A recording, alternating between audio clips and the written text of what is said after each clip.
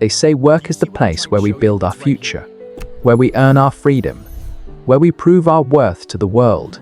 But what if work has become the place where you lose yourself a little more each day? What if the job that was supposed to give you security is slowly stealing your peace? What if the role you thought would define you is quietly erasing you instead? There is a quiet epidemic unfolding in offices, in warehouses, in hospitals, in classrooms, places filled with people who wake up every morning with a weight in their chest, a dread they can't name, a heaviness that follows them through the door, sits with them at their desk, and returns home with them at night. They are not lazy. They are not ungrateful. They are not failing at life. They are simply staying in a place that is slowly breaking them. And the question no one asks, the question that haunts them in the silence of Sunday evenings, is this: why can't I just leave? This is not a story about bad bosses or low salaries. This is about something deeper, something more human, something that lives beneath the surface of every resignation letter never written, every dream deferred, every morning you convinced yourself you could survive just one more day. This is about the psychology of staying, the invisible chains, the silent reasons, the hidden costs. Let's begin. There is a moment, a very specific moment, when you first realize you are unhappy at work. It doesn't come with a dramatic revelation. It doesn't arrive in anger or frustration. It comes quietly, like a shadow that's been following you for weeks, and you only just turned around to see it. Maybe it's the feeling in your stomach when the alarm goes off, a sinking, a tightening, a voice that whispers, "Not again." Maybe it's the way you hold your breath as you walk through the door, the way your shoulders rise, the way your face changes into something unrecognizable, something neutral, something safe, something that doesn't feel like you.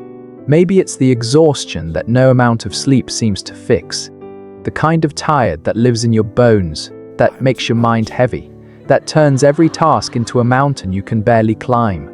Or maybe it's the silence, the realization that you haven't laughed in weeks, that you haven't felt excited about anything, that somewhere along the way the light inside you dimmed and you didn't even notice when it happened. This is the beginning of something most people never talk about, a slow erosion of the self, a quiet disappearance that happens in broad daylight.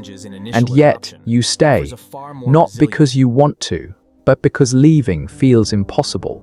We are told that staying in a job you hate is a sign of weakness, a lack of ambition, a failure to take control of your life. But the truth is far more complicated. The truth is that staying is not always about fear. It's about survival.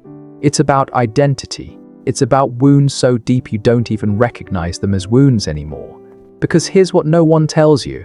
The chains that keep you in an unhappy job are not just financial. They are psychological. They are emotional. They are woven into the very fabric of who you believe you are. And until you understand those chains, you will never understand why leaving feels like jumping off a cliff, even when staying feels like slowly drowning.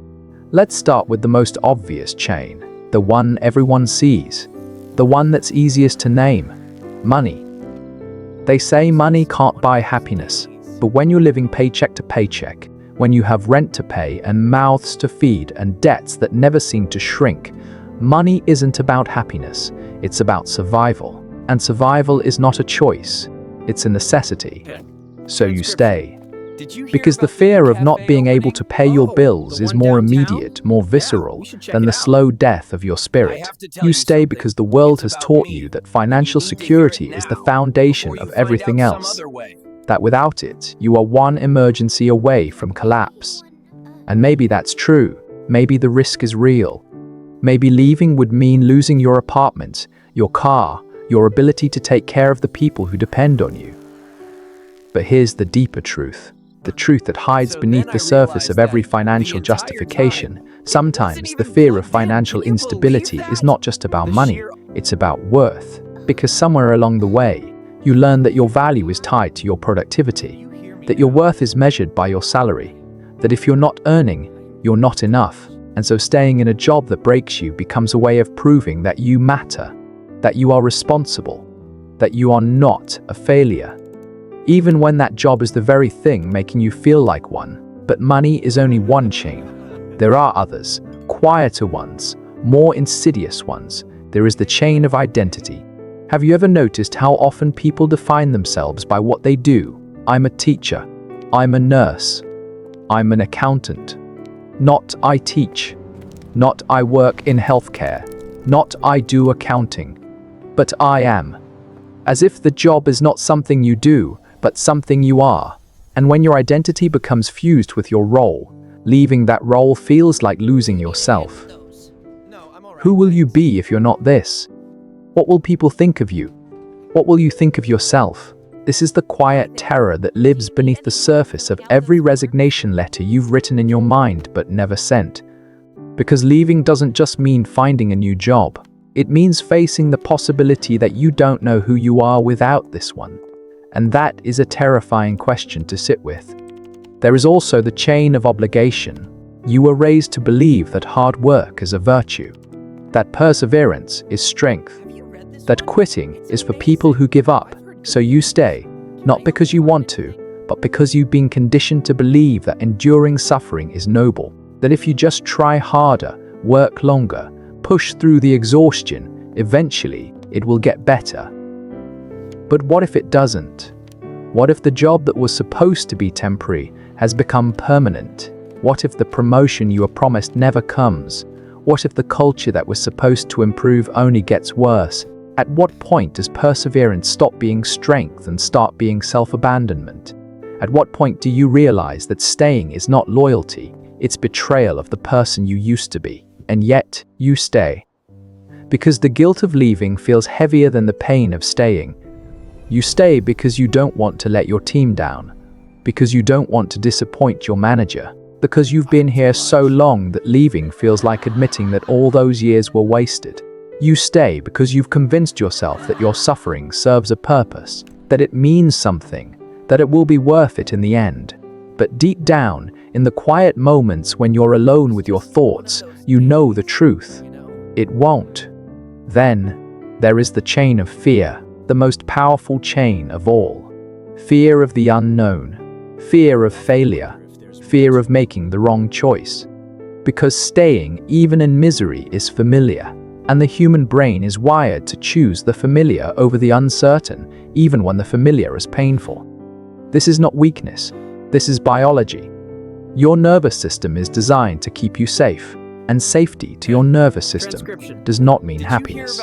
It means predictability. So even when your job is draining you, even when it's making you anxious, depressed, physically ill, a part of you clings to it, because at least you know what to expect. Leaving means stepping into the unknown. It means risking rejection. It means facing the possibility that you might not find something better, that you might fail, that you might regret it, and so you stay, because the devil you know feels safer than the devil you don't. But here's what fear doesn't tell you. Here's what it hides in the shadows of your mind. Staying has a cost too, and that cost is being paid in pieces of yourself you will never get back. Let's talk about what staying in an unhappy job actually does to you. Not in abstract terms, not in metaphors, but in real, tangible, measurable ways. It affects your body first. The headaches that won't go away. The tightness in your chest, the knot in your stomach that's there from the moment you wake up until the moment you fall asleep. The insomnia. The exhaustion. The way your immune system weakens because chronic stress floods your body with cortisol, and cortisol suppresses the very systems designed to keep you healthy. You get sick more often. You feel tired all the time. Your body aches in ways it never used to. And you tell yourself it's fine. It's just stress. Everyone deals with stress. But this isn't just stress. This is your body screaming at you to stop. Then it affects your mind. The brain fog. The inability to concentrate, the way tasks that used to be easy now feel impossibly hard, the anxiety that creeps in at random moments, the intrusive thoughts, the constant low-level dread that something bad is about to happen, the depression that you don't even recognize as depression because it doesn't look like sadness. It looks like numbness. It looks like not caring. It looks like going through the motions of life without actually feeling alive. And beneath it all, there is the erosion of your self-worth, Because when you spend 8, 10, 12 hours a day in a place that doesn't value you, that doesn't see you, that treats you as disposable, you start to believe that's what you are. You start to internalize the message that you're not good enough, that you're lucky to even have this job, that you should be grateful even when there's nothing to be grateful for. And slowly, quietly, without even realizing it, you stop believing in yourself. You stop applying for other jobs because you've convinced yourself no one else would want you. You stop dreaming because dreaming feels like setting yourself up for disappointment. You stop trying because trying feels pointless. And this is the most insidious cost of all. Not the missed opportunities, not the years you'll never get back, but the slow, silent death of the person you could have been. So why do you stay? Let's go deeper, beneath the money, beneath the fear, beneath the identity crisis. Let's go back to the beginning, to the place where this passion was formed. Because the truth is, your inability to leave an unhappy job is not just about this job. It's about every time you learn that your needs don't matter, that your feelings are inconvenient, that survival means staying quiet, staying small, staying in place. Maybe you grew up in a home where you weren't allowed to express dissatisfaction, where complaining was met with punishment or dismissal.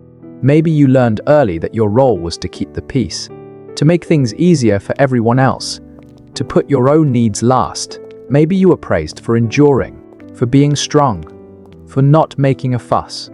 And so you learn that love, acceptance, belonging, all come with a price. And that price is your own comfort, your own happiness, your own voice. This is not conscious. You don't wake up and think, I will stay in this job because I was conditioned to tolerate mistreatment. But your nervous system remembers. Your nervous system remembers every time you were told to stop being dramatic, every time you were punished for setting boundaries, every time you learned that leaving, whether it was leaving a room, a conversation, or a relationship, was not safe. And so staying, even in pain, feels like the only option, because deep down, you don't believe you deserve better. Deep down, you believe that this is just how life is, that everyone suffers, that you're not special, that you should be able to handle it. And so you stay, not because you're weak, but because you've been trained from a very young age to endure. This is what trauma does. It doesn't always look like dramatic events or catastrophic moments. Sometimes it looks like a lifetime of small abandonments, small betrayals, small moments where you learned that your pain doesn't matter. And those small moments add up. They become the lens through which you see the world. They become the reason you stay in jobs that hurt you, relationships that drain you, situations that diminish you. Because somewhere along the way, you learned that this is what you deserve. But here's the truth that no one told you. You were wrong. Let's talk about what happens when you finally realize that staying is not strength, it's self-betrayal. This realization doesn't come all at once. It doesn't arrive in a moment of clarity or inspiration. It comes in waves, small moments of awareness that you quickly push away because they're too painful to sit with. It comes when you catch a glimpse of yourself in the mirror and don't recognize the person staring back. It comes when a friend asks how you're doing and you realize you don't even know how to answer that question anymore. It comes when you find yourself crying in your car before work and you can't remember the last time you didn't. It comes when you realize that the life you're living is not the life you wanted, and that every day you stay, you're choosing this. You're choosing to abandon yourself, and that realization, that moment of seeing the truth, is both devastating and liberating. Because once you see it, you can't unsee it. Once you understand that staying is a choice, not a prison sentence, something shifts, not immediately, not all at once, but slowly, quietly. You start to ask yourself different questions. Not how can I survive this, but why am I surviving this? Not what will people think if I leave, but what will happen to me if I stay? Not what if I fail, but what if I succeed? And these questions, these small rebellions against the story you've been telling yourself, are the beginning of change. But change is terrifying, because change requires you to let go of the identity you've built around staying. It requires you to face the shame of admitting that you stayed too long, that you tolerated too much, that you betrayed yourself in ways you're not proud of. And shame is heavy. Shame wants you to believe that leaving now means admitting you were wrong to stay in the first place. But here's what shame doesn't understand. Staying was not wrong. Staying was survival, and survival is not something to be ashamed of. It's something to honor. You stayed because you didn't know you had another option. You stayed because you were doing the best you could with the tools you had. But now you know better, and knowing better means you get to choose differently. This is where healing begins, not in the leaving, but in the permission to consider it. Permission to admit that you're unhappy without immediately justifying it. Permission to imagine a different life without feeling guilty for wanting it. Permission to prioritize your well-being without convincing yourself that you're being selfish. Because here's the truth that no one tells you. Taking care of yourself is not selfish, it's necessary. And leaving a job that is breaking you is not giving up, it's waking up. But leaving is not the only path to healing. Sometimes the job itself is not the problem. Sometimes the problem is the way you've been taught to relate to work, the way you fused your identity with your productivity, the way you've measured your worth by your output. And in those cases, healing means learning to separate who you are from what you do. It means learning that your value is not determined by your job title, your salary, or your employer's opinion of you. It means learning that you are worthy of rest, of boundaries, of saying no, even if it disappoints someone. It means learning that you're allowed to want more, to expect more, to demand more, not because you've earned it, but because you exist. This is radical. This goes against everything you've been taught, but it's also the truth. You are not a machine. You are not a resource. You are not a line item on a budget. You are a human being with needs, with limits, with a right to peace. And any job, any employer, any system that treats you as less than that is not worthy of your loyalty.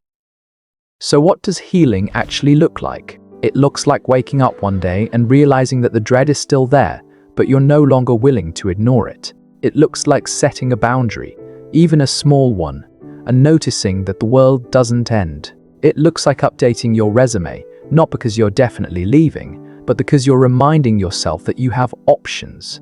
It looks like having an honest conversation with yourself about what you actually want, not what you think you should want. It looks like grieving. Grieving the time you lost, the dreams you deferred, the person you were before this job slowly eroded you. And it looks like forgiving yourself.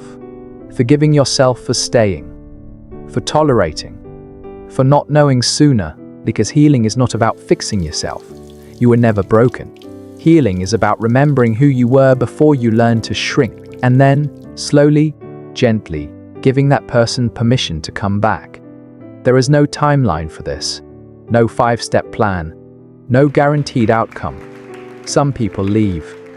Some people stay, but set boundaries. Some people find ways to reclaim their peace within the same 4 walls that once felt like a prison. What matters is not the decision you make. What matters is that you make it consciously, that you stop waiting for permission, stop waiting for the perfect moment, stop waiting for someone else to save you, because no one is coming. This is your life, and you are the only one who can choose how you live it. And if you choose to stay, let it be because you want to, not because you're afraid to leave. And if you choose to leave, let it be because you deserve better, not because you're running away. Either way, let it be your choice. Let it be an act of self-love, not self-abandonment. Let it be the moment you stop betraying yourself and start believing that you are worth fighting for. Because you are. You are worth the risk, worth the uncertainty, worth the possibility of something better. You are worth more than a job that makes you feel small. You are worth more than a paycheck that comes at the cost of your peace. You are worth more than surviving. You deserve to live. If this reflection felt familiar, if something quiet inside you was touched, if you recognized yourself in these words, know that you are not alone. There are millions of people waking up right now with that same weight in their chest, that same question echoing in their mind, that same battle between staying and leaving, between survival and living. And the fact that you're here, that you're listening, that you're willing to sit with these uncomfortable truths means something. It means you're ready to see yourself clearly, to stop pretending, to stop performing. It means you're ready to consider the possibility that you deserve better, and you do. If you'd like to stay connected to this space, you're welcome here. This is a place where we explore the hidden corners of the human heart, the parts that ache in silence, the parts that long to be understood, the parts that carry wounds no one else can see. This is not a place for quick fixes or empty motivation. This is a place for truth, for reflection, for the slow, difficult work of understanding yourself. If that resonates with you, if you'd like more of these conversations, you're invited to stay. And if you'd like, you can share your own quiet truth below. Not because you have to, but because your words might help someone else feel less alone, because your story might be the permission someone else needs to finally choose themselves. Take care of the parts of you that hurt. Be kind to the version of yourself that stayed longer than you should have. Forgive the part of you that didn't know how to leave. You deserve gentleness. You deserve peace. You deserve to heal. And you deserve a life that doesn't feel like slow suffocation. You're allowed to want more. You're allowed to leave. You're allowed to choose yourself. Take care of yourself.